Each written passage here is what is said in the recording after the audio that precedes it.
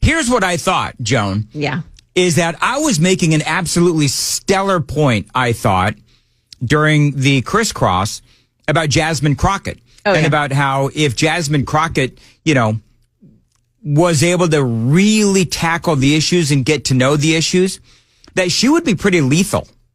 She would, because she's very plain spoken. There's some things about her that are, dare I say, a little Trumpian, in the sense that she's fearless. She'll say whatever, and so will Donald Trump. Now, I believe that she's dumb as a box of rocks, but if she ever actually started implementing some common sense with some of the things that she says, she would be very good. But I just don't think that I don't think that Jasmine Crockett has that discipline. But anyway, bottom line is, I finished with my, probably 35 to 45 second rant on Jasmine Crockett, and then nothing. And I thought, oh my gosh, I've stunned everyone into silence. That's what I was thinking at home. Then, of course, I realized the internet had gone out, and I thought you were just getting fired. Sometimes that's how it happens. They'll walk in and shut your microphone off and mid monologue. No, I didn't tell you, but Paul told me to cut the stream yesterday. Is that what it was? See? Is that what I it knew was, Mason? Give Chris a little bit more time.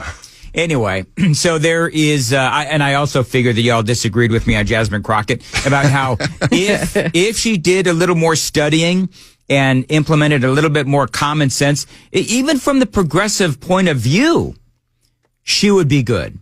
Because let's face it, these days here in America, we're all kind of done with the prim and proper politicians. I just think that we are. And so somebody like Jasmine Crockett, as they are grooming her to be the face for the Democrat Party, I said yesterday, I think that is a good thing for conservatives and for Republicans, because right now, as Jasmine Crockett is on this, February 21st, this is how she is. And I don't believe that she does have the discipline to try and tailor her message to a more common sense approach. She is as far left as they come. So I'm all for it. Just continue on doing what you're doing, Jasmine Crockett, because I think that she will ultimately, in her current form, do more harm than good for the Democrat Party. And they don't even see it. But anyway, moving on from there. There is breaking news this morning. Headline, Senate border budget triumphs after all-night session while Trump-backed House bill lags. So you know what's going on. Donald Trump has, these big, beautiful bills, these massive executive orders, and within each executive order, they've got a whole bunch of other executive orders therein. And so Trump is trying to get a lot done in a very short amount of time. We're basically at the 1 month anniversary of Donald Trump, right? January 20th, he took the oath of office. So we are 1 month and a day in, and Trump has accomplished a lot. So overnight, senators voted on amendments for hours last night, heading into this morning, before passing their own budget. Now, the thing is, the House hasn't done what they need to do. And so that's problematic. And so part of the story here is that the Senate got the job done before the House of Representatives. And so that does make Mike Johnson and the Republicans in the House kind of looks like they're lagging behind. Senate Republicans scoring a win over their House counterparts in the early morning hours of Friday, officially passing their preferred budget resolution to tackle some of President Trump's priorities, such as securing the southern border. There's also a bunch of stuff on energy. After hours of back-to-back voting on Democratic amendments, this is from Fox News, by the way, the bill to fund border security, energy, and defense finally got its vote on the chamber floor. The measure passed by a vote of 52 to 48. Senator Rand Paul of Kentucky, of course, was the only Republican to oppose. All Senate Democrats voted against it as well. That's what we're going to be seeing, right? We are going to be seeing for the next 2 years. That's all we're going to see is Democrats literally voting against everything that Donald Trump and the Republicans are going to be doing. It is kind of crazy, isn't it? Where it's got to be the easiest job in the world to be a Democrat these days. I mean, literally, if you are a Democrat, whether in the House or in the Senate, your only job is to oppose the other side. I mean, you don't even have to think about anything. That's what the Democrats are going to be doing for the next 2 years until the midterm elections and the next 4 years as Donald Trump completes his term. The Senate voted on various amendments and points of order for nearly 10 hours, considering dozens of them on the floor. Ultimately, 2 Republican-led amendments were adopted. And it goes on and on. This particular budget resolution, they say, addresses the president's top priority, which is securing the border and implementing and putting in place his immigration policies, rebuilding the military, and creating energy dominance for this country. Senate Majority Leader John Thune told reporters as they were previewing the eventual vote. So this is obviously good news for Donald Trump. The House still has to do their version, and then they've got to figure out where to go from there. But the House is kind of trying to do their own thing. They've got their own challenges. And as you know, in the House of Representatives, they've got a very small majority, the Republicans do. So it's going to be more of a challenge in the House than it is the Senate. But we'll, of course, keep you updated. But again, this is breaking news this morning. By the way, watch us on YouTube if you would. The Daily Dan poll is up, and I kind of like the Daily Dan poll. And Mason in for KGB. You have put up the Daily Dan poll. Let's talk about the exact wording that you used. But here we are with the 1 month anniversary of Donald Trump. And the question basically is, Mason, what's your favorite Trump storyline thus far? Okay. And what are the options? We got corruption and USAID.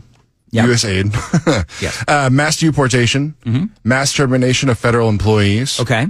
And Trump to find an end to the Ukraine war. Okay. So those are, at least to me, the big 4. And I know that I've probably missed one. But did you put in what I also said, where if you have like a write-in vote, they can put it in the comments section there on YouTube? It didn't give me the option, or I could only put the 4 options as like a type, but I typed it in as a comment there. So okay.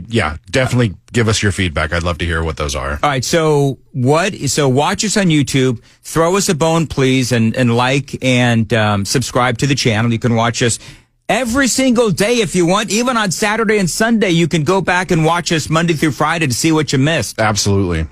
I'm sure people are doing that too. I'm positive that's not happening. Anyway, so Joan, do you have one, by the way? Do I have? Do you have a favorite Trump it's narrative? the deportation. I love that. The deportation, the mass deportation is your favorite? Absolutely. Okay. By the way, your weather, the sun is coming back today. It's going to warm us up a bit. A high today of 34 degrees and a low of 11. Mason, what is the current temperature? As you know, you're supposed to tell me what the temperature is during the traffic report. I know. You were making fun of me for not putting the right date on your paper instead. So you'll love this, Joan. Yeah. So you know You're that I'm hassling him already? I am Ron Burgundy. I will read whatever's in front of me. And he's got the date on here. Mandis Live Spots, February 20th. And you almost said that? I almost did. And then I realized, no, it's actually the 21st. And so. Who typed a question mark on the teleprompter? For the last time, anything you put on that prompter, Burgundy will read. It's one of my favorites. Who did that? Did you do that, Mason? That's a Weber one. Is that a Weber one? That's a Weber one. Okay, that's very good. It's so good. That is, and it is the 21st. Oh, so apropos. And it is 11 degrees outside. Anyway, so it's 11 degrees. So, yeah, I don't know, Joan. I don't know which is my favorite. I mean, mass deportation is right up there. But the fact that USAID seems to be, from a talk show standpoint, the gift that keeps on giving. Yeah. Every single day there's another storyline. So I don't know. I'm really interested. This might be, Joan, my all-time favorite Daily Dan poll. Well, I mean, for good reason.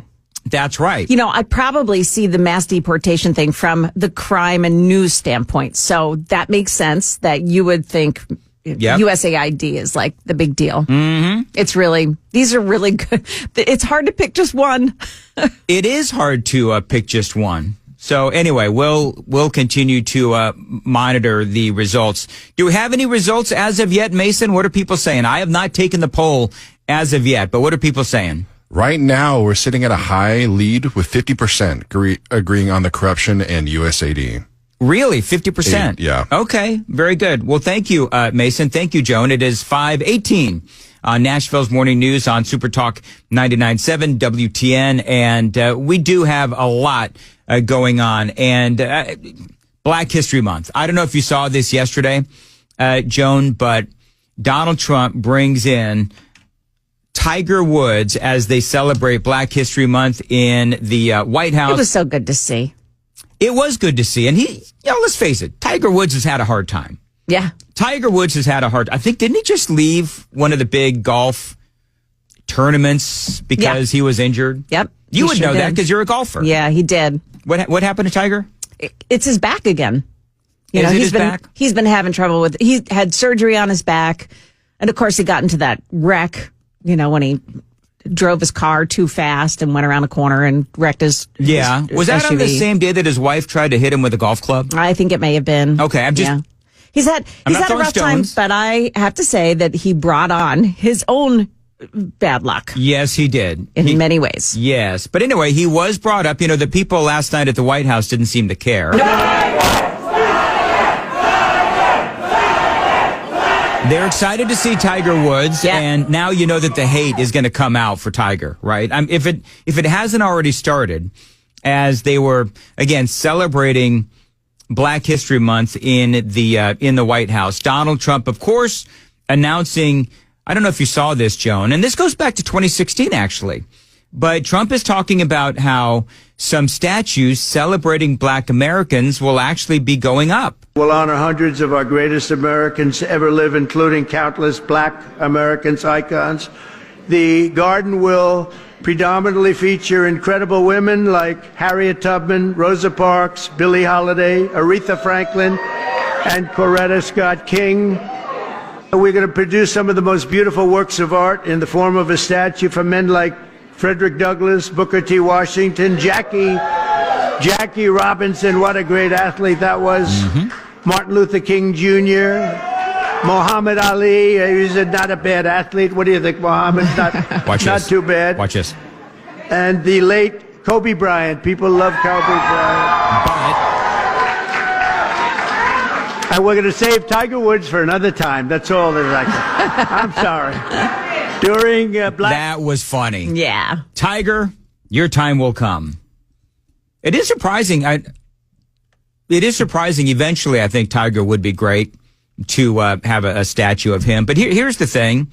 This does go back to 2016. Trump was talking about this at some point. Remember the whole insanity about wanting to tear down statues? Yes. And that just, all of that nonsense and all these statues ended up getting either, remember in Maryland, you probably remember this, where Robert they tore E. down Lee.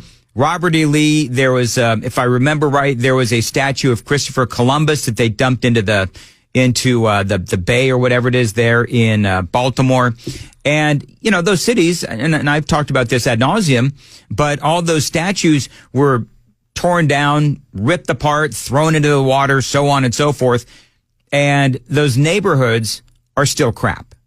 So you can destroy the statues and you can do all that other kind of stuff, which is obviously what these groups did, but it didn't help those communities at all. Not one bit. They even tried to tear down a cross.